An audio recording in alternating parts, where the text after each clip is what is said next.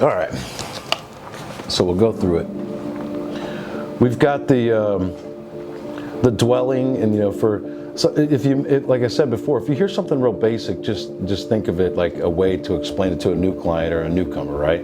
But you usually see at the end of these reports where you have a breakdown for coverage A, which is typically the dwelling. If it's a commercial job, it might say building or structure, but that's typically coverage A, and that's what this is here. So they're referring to the house itself. And move on down, they've got other structures, and that's coverage B, right? And that's like fencing, detached garage, like a freestanding shed, a freestanding patio cover, etc. Right? So, all right, now let's keep going through this real quick. There's not much to look at because honestly, they did a terrible job. But I want to stop here though at the other structures. There's another little anecdote to pull from this. All right, can anybody tell me what the significance of this item right here is? It's being withheld depreciation. Depreciation. What kind of depreciation? Is it recoverable? Depreciation after they do the work. This is not. Oh, actual, yeah. It's It's a fence. How can he tell it's non-recoverable? brackets. Yeah. Parentheses is recoverable. Brackets is non-recoverable. What? Yeah, I'm glad you guys are here. I mean, like seriously. Usually I get somebody to point that out for me, but it's. I'm glad you guys are here. I never know how much value people are going to get at what level they're at. You know what I mean? And this is good. I can see already this is going to be a good doing away with that depreciation. Is there still ACV policies out there? Sure, but this is not an ACV policy, brother. This is another structure. So even if they hold on. This is coverage B. This is other structure. This is coverage B. This is a standard HO3 policy. This is a good policy with mortgage company and all that. But that's a fence. And you got to understand that the majority of the policies out there, the majority, brother, are non-recoverable on the fence and on the other structures, unless they pay for it. Okay? So you got to watch out for that. And sometimes the adjuster won't know what they're doing, and it won't have the brackets, and you can get yourself caught up. You won't know that it's non-recoverable. It's ACV only. Just everything else is RCV on the whole claim, except for that. It's staring you in the face with those brackets. Okay, and if you don't know that, you're going to do the job. You're going to perform all those repairs, and you're going to go to your client, and they're going to be short by $1,798. And nobody's going to understand why, okay? Wait, I'm going to be short. Your client, you're going to go to them for it. That's on them to pay for that portion. They have to pay, like, say their deductible is $1,000, which I realize that would be a dream if they could have a windstorm deductible of $1,000, right? But let's say, just to rounding purposes, let's say they have a deductible of $1,000, right? If they want you to do the fence, they also have to come up with $1,000 for the deductible and that $1,798. That portion is on them. Insurance company's going to cover that portion. They got to cover that portion. If you did not know that, you're going to just do all the work, and you're going to go to the client because they didn't know. You cannot expect them to understand that brackets meant non-recoverable and all that, right? Or even pay it. Right, so you got to go to them, and they're going to be like, I don't have it. I gave you all the money I got, and they're adding it up, and they show you, and then you're like, okay. So then you call the insurance company, and you're telling them they shorted your client, and they added, and they're telling you, no, you're wrong. We gave them the thing, and then finally, probably the insurance company would be the most likely one to figure it out, and they'd say, wait a minute, hold on. How much are you short by? $1,798? Oh, that's because they have non-recoverable depreciation. And you're like, dude, what? Once you figure it out, then you go to the client and you're like, oh, by the way, you owe me $1,798. That's on you to pay because that's non-recoverable. And they're like, non-recoverable what? They're like, get out of here with that, man. You're supposed to be the expert. You know what I mean? Right. Yeah. So the reality is, bro, you're gonna take the hit. That's what You're gonna take the hit. So you remember I was telling you guys about the DeLand bed and breakfast deal? The whole policy was ACV, and I didn't know it. I just didn't know. So I'm up there. I did all the decking and framing and flooring and I mean, dude, I about lost my life, But I learned from that. Okay. So now we got to understand. We have to know now. How do we keep ourselves out of that mess? How do we find out for sure, right? We're not supposed to be talking about policy or coverage, but we can verify coverage. We can do that. So like when you go to the doctor, first thing they do is verify if you have insurance. If you crack your windshield, you call Safe Light to file a claim, or whoever you go, they have to verify that you've got insurance. If you take your car to a body shop, they have to verify insurance. So what I recommend is, when you sign up your client, have them send an email to the insurance agent, not adjuster, agent. Copy you on that email and say, we had a hail claim or wind claim or whatever it is, and we have hired Chad with ABC Construction, who's also copied to the email, right? And there's a couple pieces of information that we need to know to help Chad with this process. Number one, I'm assuming that I have a replacement cost value policy. If not, please explain, okay? Number two, assuming I do have a full RCV policy, are there any sections of the policy that are ACV only? You see what I mean? And that should spit out the answer about the other structures, okay? And then we're gonna go into the code stuff a little later, but a preview to what that's to come. They're gonna have to have ordinance and law coverage, the OL coverage. If they have a mortgage, they probably have that. But even when they have the OL coverage, the building code upgrade coverage, they'll have a cap. Like they've got the coverage and you're thinking, well, they've got $1 million, yeah, they might have $1 million policy, but it might be capped at 25% of the policy for code upgrades, or maybe 10%. I've seen really junk policies where it's like a $5,000 flat fee on a commercial building or something. You got to watch out for that, right? And so the third question I would ask is, I'm assuming that I have ordinance and law coverage, Mr. Agent, right? And assuming that I do, are there any limits, exclusions, and or caps, right, involved with that? See and when you respond, please copy Chad.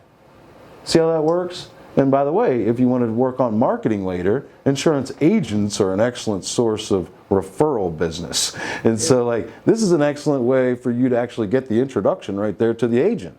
But that's how I would safely find out about the coverage, right in the very beginning. So I can see this kind of stuff coming. Here's where the good stuff comes in.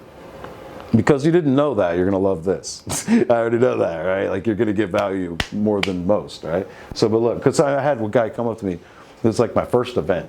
I was rusty my first event, you know?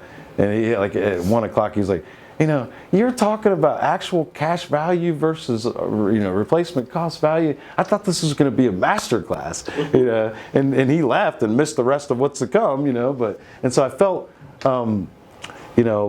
reserved, hesitant about talking about it again, but I found most people don't understand this part. I got to cover it, you know what I mean? So I do. All right, listen, actual cash value, replacement, just a real quick version. What's our ACV and RCV? You got to think about it in terms of what it actually is. So ACV is like an auto. So you total out your car, right? And you go and they give you a check for the car. But it's ACV. So what they're giving you is the blue book value of what the car was worth at the time of the accident, right? So like if it has miles on it and the depreciated value, right? The blue book value of it, right? And so the age of it, the miles, the condition, all of that, right? And so they give you a check based on that. Now, when they give you a check, it's usually not enough to go buy a brand new car, right? It never is, right? They do have RCV auto policies, but they're extra and they're rare. They're more rare, right? Or they're more fewer and farther between. So most of them are ACV. If they cut you a check because you totaled out your car, do you have to go buy a new car? No. Or you can just deposit the money and spend it however you want, right? Now, replacement cost value, so picture a roof, all right? That's replacement, typically that's RCV, especially if they have, and we're used to it being an RCV situation. If they have RCV coverage and it's a roof, let's say it's a $20,000 cost, like that's what the insurance company's coming up with for that RCV value, right? $20,000. And they pay you though, not the full 20, like say you have a deductible, they take out $1,000, back to that. So now they're at 19. They don't typically give you that full 19, right? They depreciate it and they give you like maybe 15 or 14. So what they're doing is they are depreciating the roof, all right? And they're calculating how old it is and they're giving you a check based on the blue book of the roof. Same way as on auto. But if you do the work, then you get that depreciation paid to you, right? And because they owe for what it costs to replace the roof today. Not what it cost back at the time of the storm, not what it cost 9 years ago when you got it, what it costs when you replace it. That's what RCV value is, okay? But it's confusing because the first check represents the actual cash value, the depreciated value. They give you that, and then when you do the work, then they release the other part. Now, when they give you that first check, say, you're fine, it's me, it's right here. When you do the work, oh, it is you bastard. No, just kidding. when you do the work, right, and you go and, so where was that? Okay, so it's like they give you 15 grand, right? You go to do the work. Now, but what if you don't do the work? What if you decide not to do the work and they gave you 15 grand at that first visit? Can you deposit the check and just go on a cruise instead? Can you do that? I think so, yeah. If you want. If you want, that's the answer. If the mortgage company will let you. If the mortgage company will let you, right? That's right. That's right. That's the answer. So I have a lot of people generally, they're like, no, you can't do that. That's fraud. No, it's not But fraud. is that roof still covered then, is my question? No, it's not. It's very risky behavior, to be clear, right? I just want to be clear. Yeah, it's risky. The insurance company could drop you. So you They don't won't. say, right? They Somebody gets a check and they don't, due to the roof, they don't have coverage anymore. Yeah, they may not. If something happens to the roof again, you're not covered. What if another storm would come and something would happen? Right. That's Do that. that's where I was going. Is they could drop you. The claim, then sell their house. They could, but Yes, of course. Well, that's why the mortgage companies got involved. Yeah. To a certain degree. but that's not the good stuff. The good stuff is coming. Let's just get this sucker back on. I don't know why you kicked it off. You need the bed. That's what it was. Yeah. Instead of asking you to pause. He's like, I know how to deal with this. Did that coffee running through me? There we go.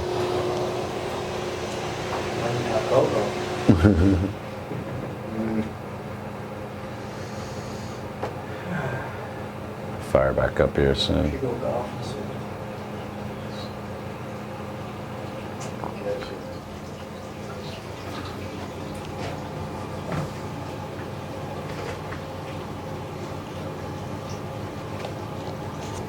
This is the good part. I don't want him to miss this. He ducked out at a bad time. Especially him. I don't want him to miss this part. Another thing on depreciation is that it's very subjective, and the carriers are leaning towards heavily depreciating things when they shouldn't be. Sure. And how does that work? I mean, because they go in. There is no science. Yeah, they have to. What it is when you do the Xactimate estimate, you enter in the age for every item, right? And what they do is they get there and they'll say, how old's your house? They'll say 12 years, and they'll just put 12 for everything on there. And it's just a guess, right? And so if you do run into an ACV-only policy, there is a way to deal with it. Go through and keeping them honest on every item, putting the correct deal in there, right?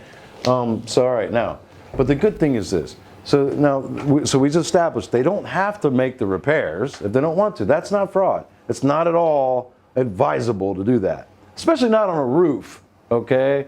And if the mortgage company's there, like he said, if the mortgage company will let you. Like it's much more complicated to do than people think. Like these homeowners, a lot of times, they think they can get by with all this. If you just educate them and let them know what's all to come, maybe they'll change their mind in a hurry, you know what I mean? But let me tell you something. So, but this right here, if I see something like this, I don't look at that as really that big of a, like, challenge or a frustration, if you will. I look at it as an opportunity. And let me explain. This is a fence right here. You guys might see this more like on pressure cleaning and staining a fence, like when something happens to the fence. But for something like that, and the depreciation, by the way, is typically, almost always, applied on items that are replacement items that have material in them.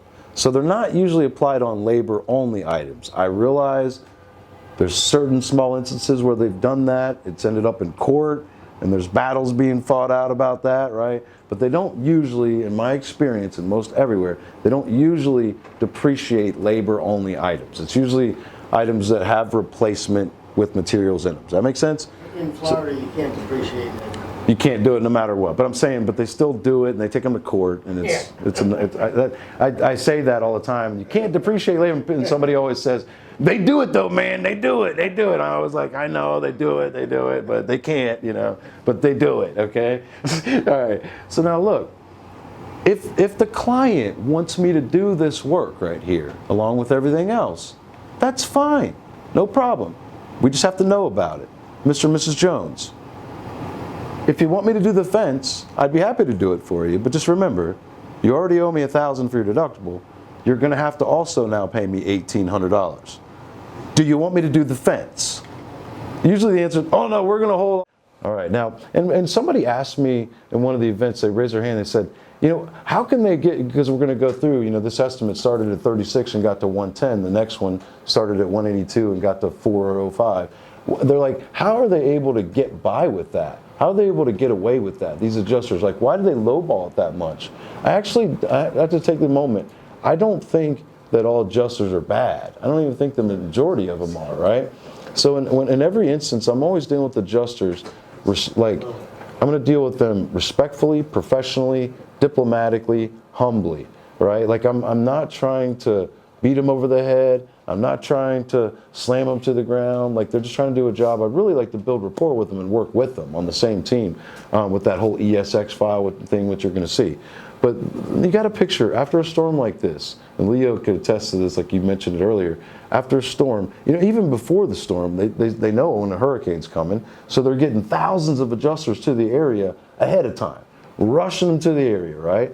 And why is that? Like, they have so many days, I don't know what it is in Florida, but they have so many days to inspect, and then so many days to make payment. Probably Ken could answer that best, right? I mean, like, but it's a statutory deal, and if they miss that deadline, then they start what? Fining them by the day? By the day is something crazy? You're in breach of contract. Breach of contract. Yeah. So there's a lot of, I mean, there's blowback, right? They can't afford that to happen. They can afford it, but they don't want that to happen. And That leads to bad faith. bad faith, right? They don't wanna go there. They you don't know, wanna go there. with these Florida shark attorneys too, man. Oh, yeah. So what they do is they send a million adjusters. They train new adjusters, put them through quick adjuster school, like before the storm comes, and send them on. I'm telling you, I've been. Train them? No, they don't train them. They don't train them. You know, but I'm in this. You know, I'm on a bunch of adjuster groups, and I see them coming in there like, hey, we'll put you through the stuff and help you get the license, you know. But it's crazy stuff. And now I'm a little bit more cynical. I think another reason why they send them all out there, think about it, because they have all those adjusters here, most people file the claim right away. And I know there's a certain percentage that straggle in throughout the years even, right? Right, but 3 years on a named peril, right, to be specific. But a great big chunk of them come all in at once in the very, very beginning, right? And now once those adjusters meet those deadlines, all of them, right, on every one of those claims, what's left? Nothing. They're cut and sent home. They're done. Okay, they are out of here, guys, you know? And so, by the way, I just think that one of the reasons why insurance companies want to do that is because when they get out there and write their estimate, they're writing an estimate based on the Xactimate price list the way it was before the storm. Well, there's more to it. It's that a lot of them are not familiar with the Florida code. Oh, yeah, absolutely. Perfectly, yeah. The insurance company, when somebody calls the insurance company out on it, the insurance company can say, oh, well, that was a mistake. Not intentional. Now, look, to his point, you got to understand this. The majority of claims on any claim do not get supplemented. 50%. No. It's way more than Is it that. really? Yeah, dude. I mean, it's Their initial payment. You know? yes, it's a very, very fraction of the claims that are filed that actually go back and get reviewed, like supplemented, right? Probably another reason they rush it. Just to get Yes, them all it out. is. And to his point, right? And another reason is because once they make an initial payment, they can officially Close the claim, That's right. and they're required to report to the state quarterly closed claims. All the closed claims and Basically, yeah. yeah. It's here, and so that pressure goes from the top down all the way down to the front lines, right? But so now, as soon as the storm hits, the next price list that comes out, and especially the one after that, are going to jump huge, right? So I Usually recommend. about a month. Well, the very next one might go up, but you have to keep your eyes on it. Probably the next one will come in at more They impact. change monthly though, right? They change every month. Yeah. Yep. So it used to be quarterly, and and they'd have an emergency price list within 7 to 14 days after a storm. So I'm cynical about that, right? But keep in mind, majority of them don't get supplemented. So these adjusters, when they're out, they are under the gun to get it done fast. Speed, speed, speed, speed, speed. In fact, if you were assigned 50 claims and you're moving too slow, they'll pull them from you or pull 45 of them from you. Now you don't have 50 claims anymore. And you might not get them back because remember, everybody gets cut right away. You see what I mean? And you're slow. Right, and you're slow. So, but when you're taught though, if you miss something, don't worry about it. We've got a team for that. We've got a cleanup team for that. We've got supplementing. And think about again, your client standing in the doorway with the adjuster as they're breaking down everything to them. They're sending them on their way. They just did their inspection. They're talking to them about the depreciation and the deductible and what to expect. And what do? They say, if something comes up, Don't worry about just it. let us know, and we'll open what's called a supplement. So, like Ken said, oh, that's just a mistake. That's just a mistake, right? So it's just a supplement, but we've got a process for that, right? And so now, but the adjuster, the brand new adjuster, like to get any kind of a good adjuster job, you're going to need to go deploy somewhere into a storm somewhere, get that under your belt first. You're not just going to land some big cushy, nice desk adjuster job, with big bonuses and salary and all that. You've got to go earn it, So you're probably working for an independent insurance company, an insurance adjusting firm, and it could be, like he said, subcontracted many levels down. You're getting that dirt job first, right? And you got to go out and deploy, and you got to pay your own, food, your own gas, your own hotel, right? And you're counting up the money you're earning as you're writing the estimates of what you were taught to write them correctly, right? And you're being diligent about it. And then you're sending them on and you're counting the money in your head. And then all of a sudden, they start kicking them back down to you and saying, oh no, especially after a storm, they're way strict all the way across the board because they don't trust these adjusters, right? They're like, oh no, we don't pay for that, we don't pay for that, we don't pay for that. Redo it and send it back. And they might pull it because of now the time factor, right? So as soon as they get everything straight and figure out what to do, they realize it's not quality, it's speed. Speed is the factor, right? I was meeting with an adjuster one time, I remember, where he comes and he's jogging around the house. And he's taking a couple of pictures, as he goes. He goes back to the van, and his wife is in the back of the van with a built-in desk typing out an estimate. And they type out the estimate, and they're going down the road. And we look at the estimate, it's like, we look at the estimate, it's like, dang, they missed half the stuff on the whole thing, that's the guy that was making all the money, to be sure, you know what I mean? And so I just don't think that they're bad people. You got to start by thinking of it that way, right? That's it. So How do most of those adjusters get paid? get paid. It's different for everywhere they work. It might be a percentage. It might be a flat fee based on a sliding scale. Like if the claim goes from this amount to this amount, then it's a flat fee of this amount. If it goes from this amount to this amount, it's a flat fee. And it's different if it's an original estimate or if it's a re-inspect. It's different things that go into it. It depends on who they work with. So if a claim gets totally denied, do they get anything then? Yeah, Yes. Okay. Yeah. that's why sometimes they don't mind a quick denial. They Yeah. get paid more if they deny it. Okay. Sometimes.